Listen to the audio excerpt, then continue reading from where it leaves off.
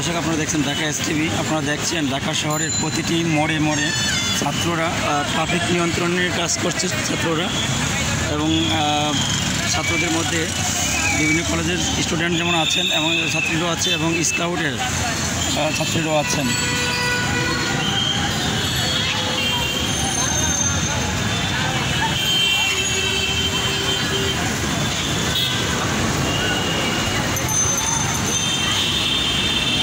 এক মিনিট ভাইয়া, এই যে পুলিশের যে ট্রাফিকের যে নিয়ন্ত্রণটা, হ্যাঁ, বাংলাদেশের যে পুলিশ যেখানে অনেকটাই ব্যর্থ থাকে কাজ করতে এবং ট্রাফিক যে নিয়ন্ত্রণ করে মানে 8 তার ট্রেনিং প্রাপ্ত, তোমাদের ছাত্ররা যে মাঠে নামছে এবং সারা বাংলাদেশের মানুষ তোমাদেরকে বাহবা দিচ্ছে এবং তোমাদের এই কাজের প্রশংসা করছে, এটা তোমার অনুভূতিটা কী বা তোমার কেমন লাগছে, বা এই কাজ করতেও তোমার কেমন লাগছে? এক কথায় বলতে গেলে মানে সব দিক বিবেচনা করে ভালোই লাগছে। মানুষ মানে সব দিক দিয়ে ভালো ভাবছে, আর ছাত্র সমাজ যেহেতু মানে দেশটাকে আরও পরিবর্তন করার চেষ্টা করছে। আর সবাই বলতে গেলে দেশের জনসাধারণ থেকে শুরু করে আমাদের শিক্ষকরা সবাই আমাদের কাজে আসলে প্রশংসাই করছে। আচ্ছা, এখন এই যে চলাচল করে যারা মানে পথিক, তারা তোমাদের কীভাবে দেখছে? জি, এখন যে যারা পথিক বা গাড়ি চালক, তারা তোমাদের কীভাবে মেনে নিচ্ছে? আমাদের বলতে গেলে তারাও আমাদের কথা শুনে আসলে যাচ্ছে, কিন্তু একটা সমস্যা হচ্ছে আমাদের বাইকাররা অনেকে হেলমেট পরছে না, তাদের বলার সত্ত্বেও তারা 3 জন করে আসতেছে, এটা একটা সমস্যা। তাছাড়া এমনি সাধারণ বড় গাড়ি যেরকম মাইক্রো বাস এগুলা রিক্সাওয়ালারা আমাদের কথা মেনেই আসলে ট্রাফিক নিয়ম মেনে চলছে। আচ্ছা, এই যে তোমার মনে করো যে যেখানে একজন ট্রাফিক পুলিশ মানে প্রতিনিয়ত কাজ করার পরে ট্রেনিং প্রাপ্ত থাকার পরেও প্রত্যেকটা রাস্তা তারা জ্যামে ফেলে রাখছে, একই সময় একই কাজটা তোমরাই করছো, কিন্তু সেই ক্ষেত্রে কিন্তু ওইরকমভাবে জ্যামটা লাগছে না। তো সেই ক্ষেত্রে তোমাদের এই অনুভূতি তোমাদের কীরকম? না তার মানে কি সবাই তোমাদের ফলো করছে এবং তোমাদের এটা মানছে, ডিসিশন মানছে, কিন্তু আইনের লোক না হওয়ার পরেও এই যে সবাই তোমাদেরকে মানে ফলো করছে এবং মানছে, সেক্ষেত্রে তোমাদের অনুভূতিটা কী? সেক্ষেত্রে আমাদের মানে সবাই যেহেতু মানছে, হ্যাঁ, কেমন লাগছে তোমার? লাগছে, হ্যাঁ, কাজটা করেও আমরা অনুপ্রাণিত হচ্ছি এবং বলতে গেলে আজকেও আসছি, যদি দরকার পড়ে কালকেও আসবো, এরকম আর কি। আরও মনের মধ্যে থেকে একটা আগ্রহ জন্মাচ্ছে। তোমার নামটা বলো। আমার নাম মাহবুবুল আলম জনি। আর এখানে যারা আছে তারা তো বিভিন্ন প্রতিষ্ঠান থেকে আসছে, বিভিন্ন ইউনিভার্সিটি এবং স্কুল কলেজ সব জায়গা থেকে আছে এবং বিভিন্ন স্বেচ্ছাসেবক দলও আছে।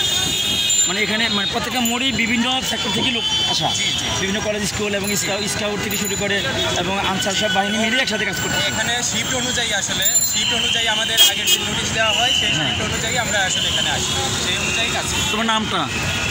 নাম? হ্যাঁ, আমার নাম মাহবুবুল আলম জনি। আচ্ছা, কোন কলেজ এটা বলো?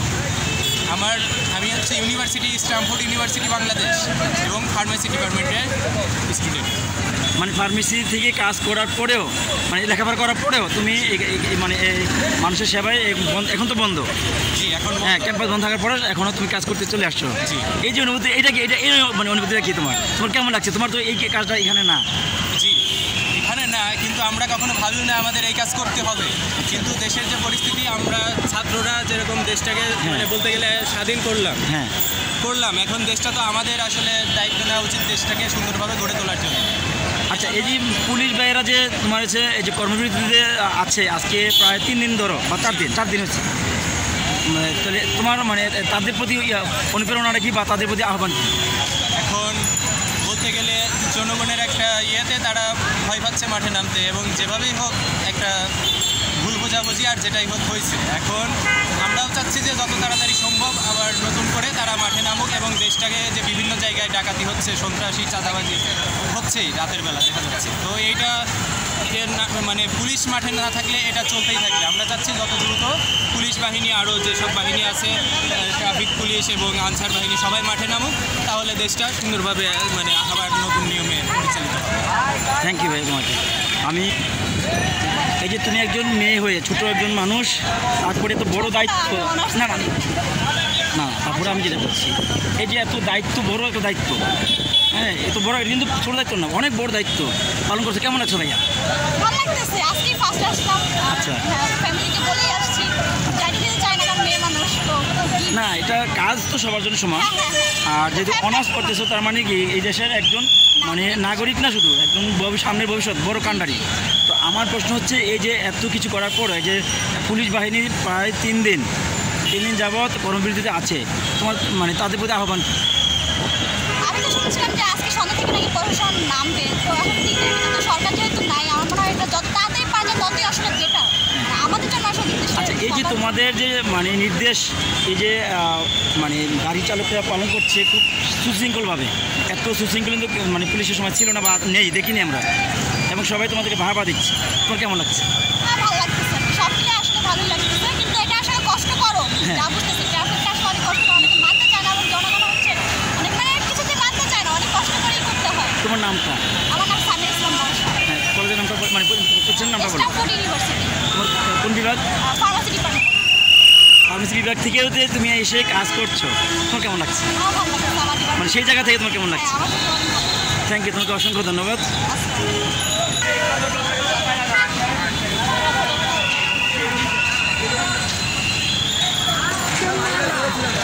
প্রিয় দর্শক, আপনাকে অসংখ্য ধন্যবাদ। ভালো থাকবেন, সুস্থ থাকবেন, চ্যানেলটি সাবস্ক্রাইব করে সঙ্গে থাকবেন। আপনারা দেখছেন শান্তিনগরের মোড়ে বিভিন্ন প্রতিষ্ঠান থেকে আসা ছাত্রছাত্রীদের নিয়ন্ত্রণে চলছে ট্রাফিক সিস্টেম।